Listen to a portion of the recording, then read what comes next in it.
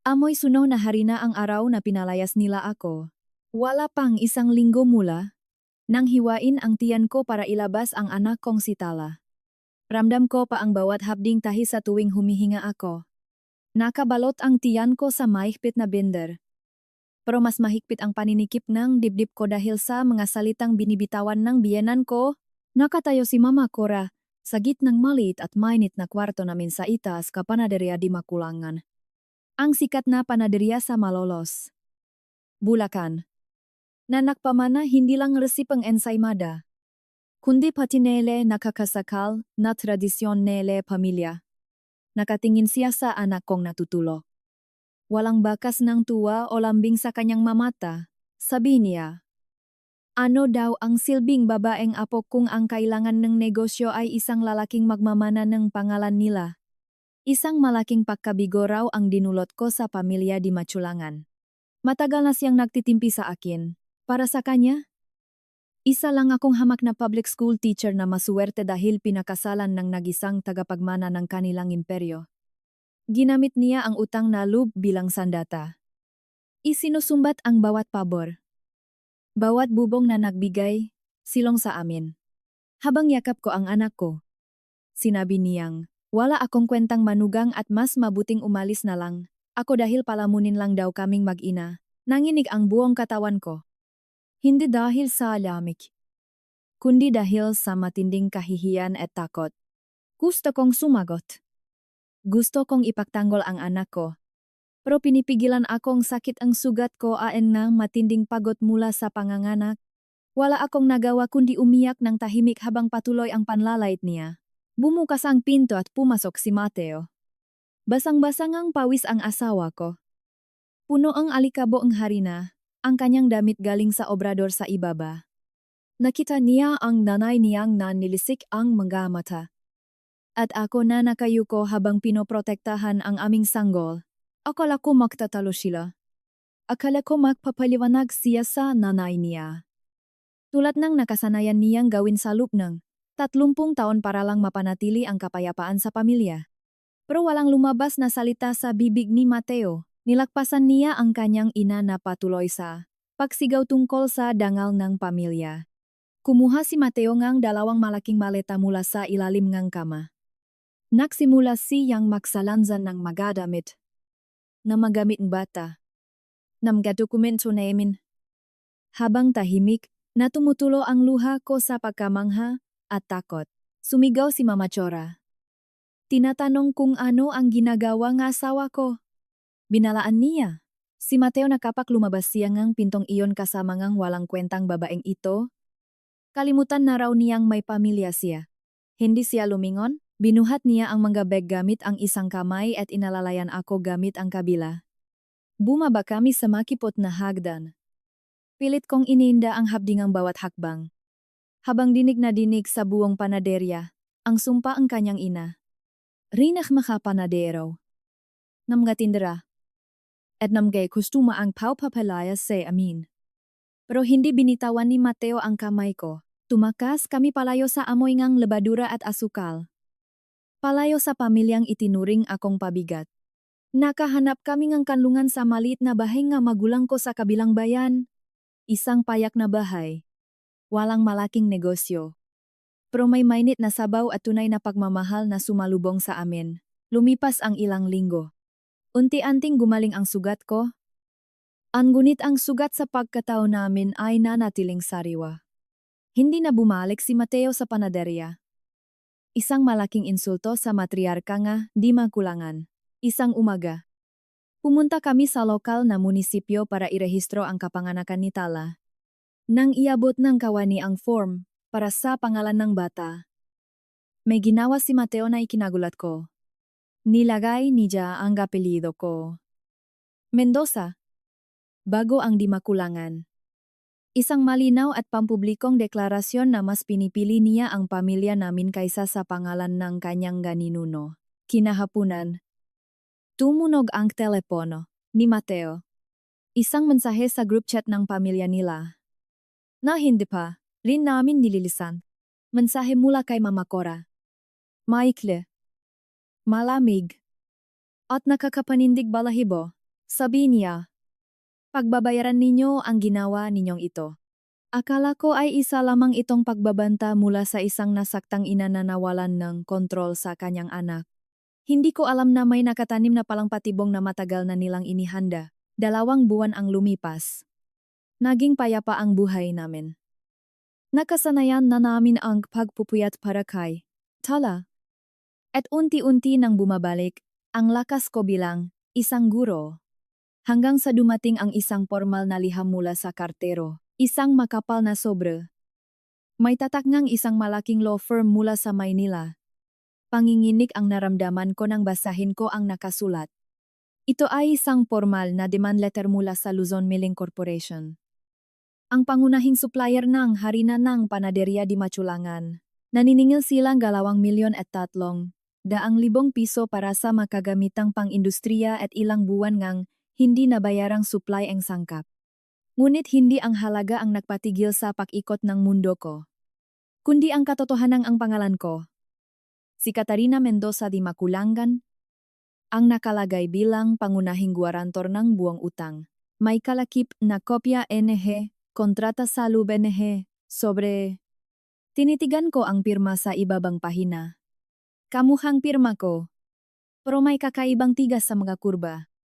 Sila kinopya ni isang kamay na hindi sanay.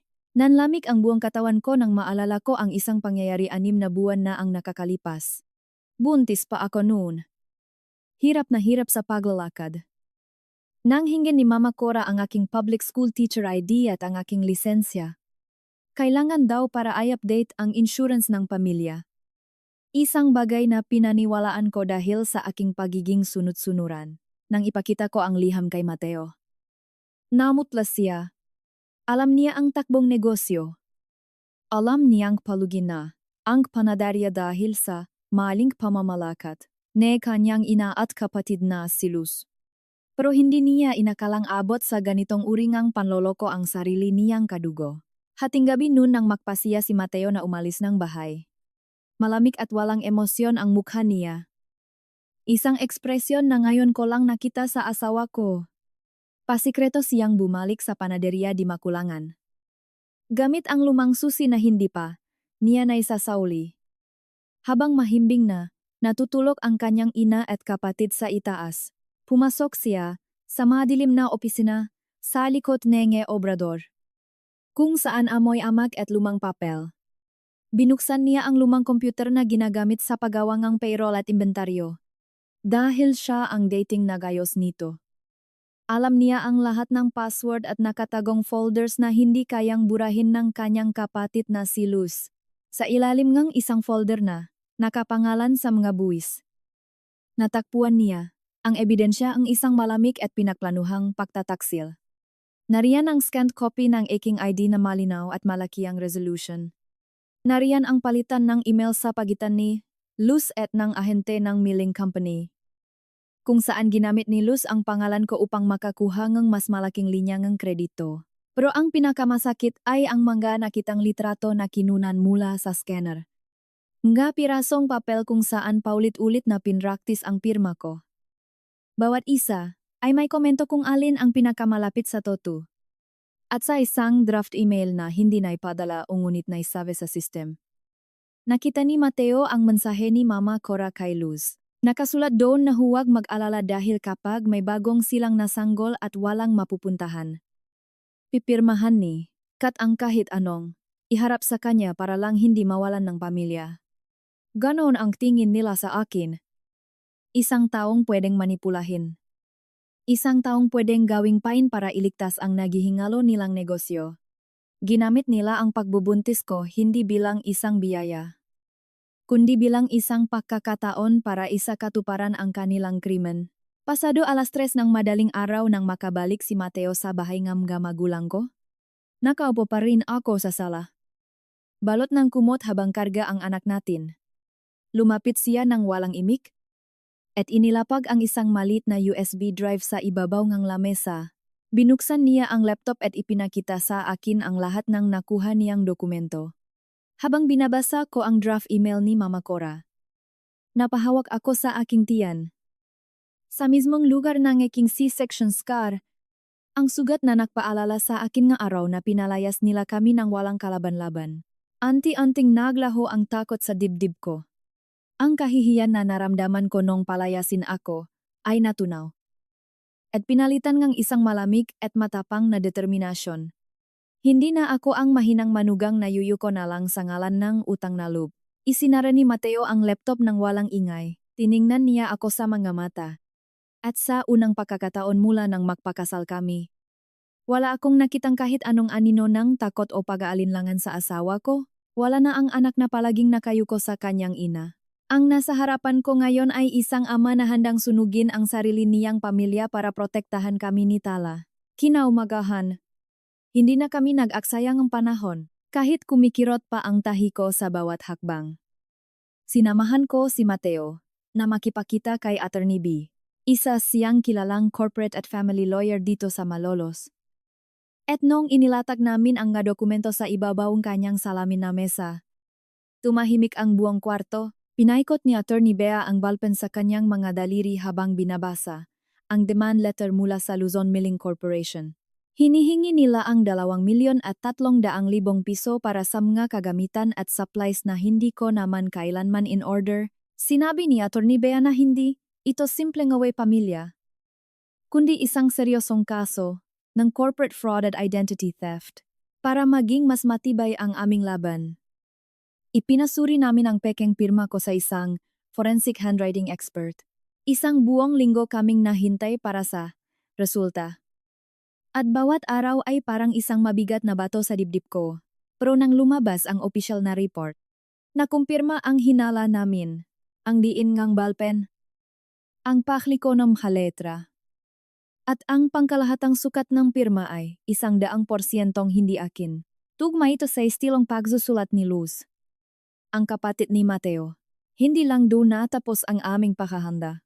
Kinailangan naming hanapin si Pancho, ang matandang delivery driver ng Luzon Milling na laging nagbabagsak ng harina sa panaderia di Makulangan. Pinuntahan siya ni Mateo sa mismong terminal ng mga truck. Noong una, natatakot si Pancho na magsalita dahil baka matanggal siya sa trabaho. Pero ipinaalala sa kanya ni Mateo ang mga araw na pinapakain namin siya ng mainit na ensaymada kapag wala siyang baon. Umiyak na umamin si Pancho. Sinabi niya na tandang-tanda niya na si Mama Cora at si Luz ang laging sumasalubong sa kanya. At sila mismo ang pumirma ng mga delivery receipt nung mga buwan na kabuwanan ko at hindi na ako lumalabas ng kwarto.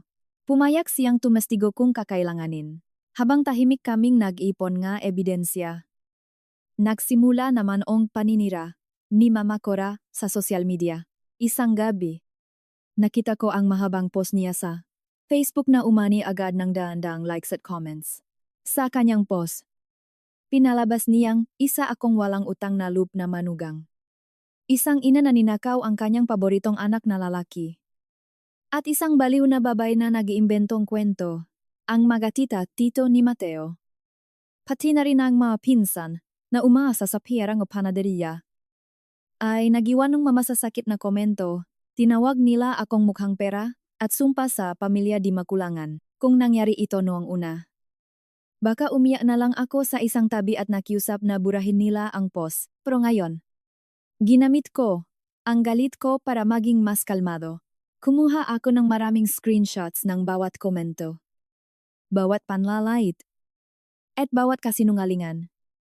At maingat ko itong inilagay sa loob naming folder nga, ebidensya, kinabukasan.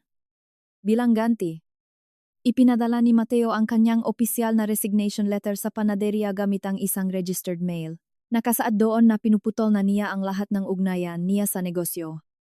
At formal niyang hinihingi ang lahat ng back pay na hindi ibinayad sa kanya sa loob ng 10 taon. Alam namin na ikagagalit ito ni Mama Cora. Kaya hindi na kami nagulat nang bigla siyang magpadala ng mensahe pakalipas ng ilang araw. Nag-iba ang tono niya. Naging malambing at nagmamakaawa. Sinabi niyang miss na niya ang kanyang apo. At gusto niyang makayos na ang pamilya para sa ikabubuting lahat. Inimbitahan niya kami sa isang reconciliation, lunch sa isang mamahaling seafood restaurant sa bayan. Nakatinginan kami ni Mateo nang mabasa namin ang mensahe. Alam naming dalawa na isa itong patibay. Isang patibong para maipit ako sa isang sitwasyon na hindi ako makakatanggi. Pumayag kaming pumunta. Pero hindi kami pupunta ng walang dalang sandata. Dumating ang araw ngang tanghalian. At bitbit ko ang aking itim na bag na naglalaman ng lahat ng aming dokumento. Si Mateo naman ay may dalang isang lumang lata na kalawangin. Isang lumang lalagyan ng harina na dating ginagamit ng kanyang lolo sa panaderya. Tinatawag nila itong memory box ng pamilya.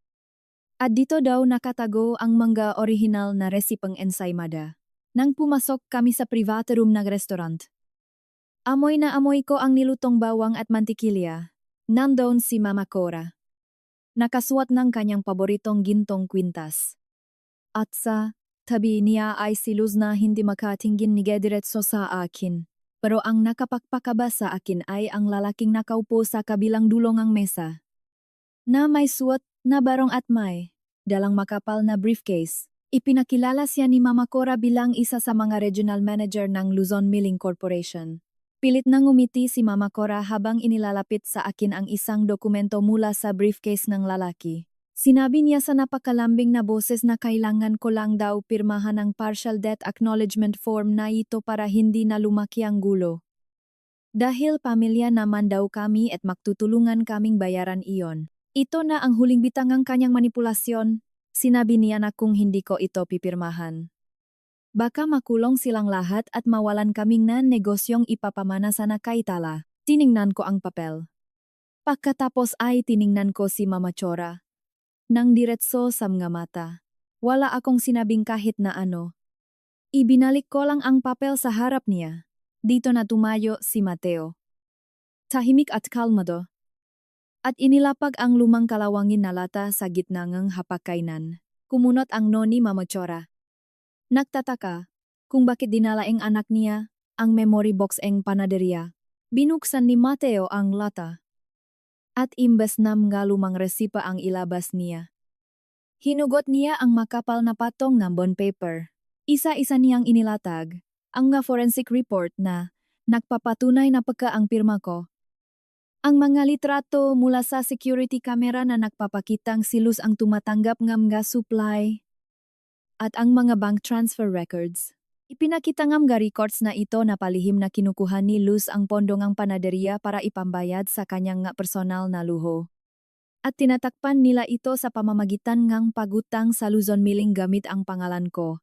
Namutla ang regional manager ng Luzon Milling habang binabasa ang nga dokumentong nasa harap niya. Bago pa man makapagsalita si Mama Cora.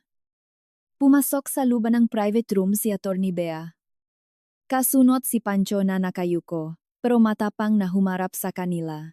Inilabas ni Atty. B ang kanyang telepono at ipinarinig ang audio recording ng draft email na mismong si Mama Cora ang nakdikta. Narinig ng buong kwarto ang boses ni Mama Cora na nagsasabing pipirmahan ko ang kahit na ano dahil wala naman akong ibang mapupuntahan ngayong may bagong silang akong sanggol. Ang katahimikan na sumunod ay nakakabingi. Wala nang natirang pagpapanggap. Wala nang natirang ilusyon nege isang perpektong pamilya na pinagbubuklot. Nege utang na loop. Hindi na nakayanan ni Luz ang tensyon. Bumuhos ang luha niya at humagulgol siya sa harap ngang lahat.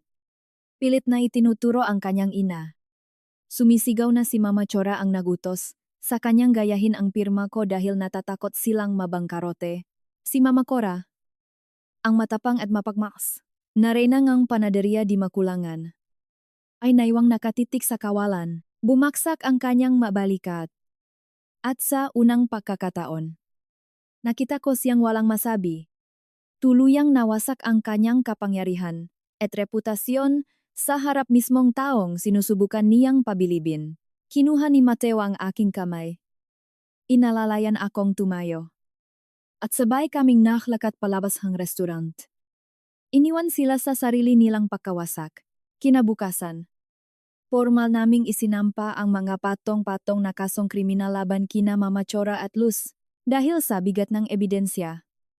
Napilitan silang isuko ang kumpletong pamamahalangang panaderya sa bangko upang bayaran ang mga utang na hindi na nila kayang takpan. Ang pamilya na minsan ay nang maliit sa akin ay tuluyan ng gumuho dahil sa sarili nilang kasakiman at kasinungalingan. Si Mateo ay nakahanap ngang trabaho bilang head baker sa isang modernong pastry shop sa kabilang bayan.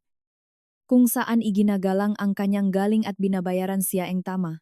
Ako naman ay nakbalik sa aking pagtuturo, na may mas magaan na puso at mas malawak na pangunawa sa tunay na kahulugan ng pamilya, tuwing gabi. Habang pinakmamastan ko ang mahimbing na pagtulog na aking anak na si Tala, nararamdaman ko ang isang malalim na kapayapaan. Alam kong naprotektahan ko siya mula sa isang mapait na nakaraan. At nabigyan ko siyang isang pangalan na kailanman ay hindi madudungisan ng huwat na utang na loob